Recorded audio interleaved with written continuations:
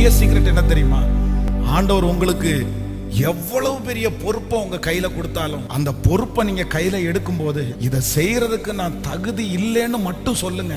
கண்டிப்பா சொல்றேன், அதற்கு 1% கூட உங்களுக்கு தகுதி இல்லைனாலும் அதுல தகுதிப்படுத்தி உங்களை நிறுத்துறதற்கு கர்த்தர் வல்லவரா இருக்கிறார். வேதத்துல 2 பேர் தேவாலயத்துல போறாங்க. ஒருத்தர் என்ன சொல்றாரு அப்படின்னு சொன்னா, உங்க முகத்தை கூட பாக்குறதுக்கு எனக்கு தகுதி, ஆனா ஆண்டவர் அவன் பக்கத்துல போனாரு. இன்னைக்கு இந்த ஜெபத்துல இருக்கிற ஆண்டவருடைய பிள்ளைகளே, யாரோ ஒருத்தருடைய கையில பெரிய பெரிய பொறுப்புகள் எல்லாம் கொடுக்கப்பட்டிருக்கலாம். ஆனா நீங்க சொல்லலாம், நான் எப்படி பண்ண போறேன், எனக்கு ஒரு தகுதியும் இல்லையே, ஒரு ஞானமும் இல்லையே.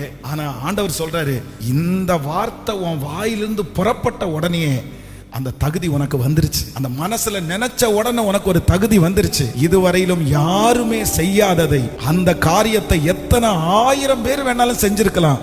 ஆனா ஆண்டவருடைய பிள்ளைய தகுதி இல்லைன்னு சொன்ன பாருங்க, நீங்க கர்த்தரிடத்துல சொன்னதை கர்த்தர் கேட்டார்.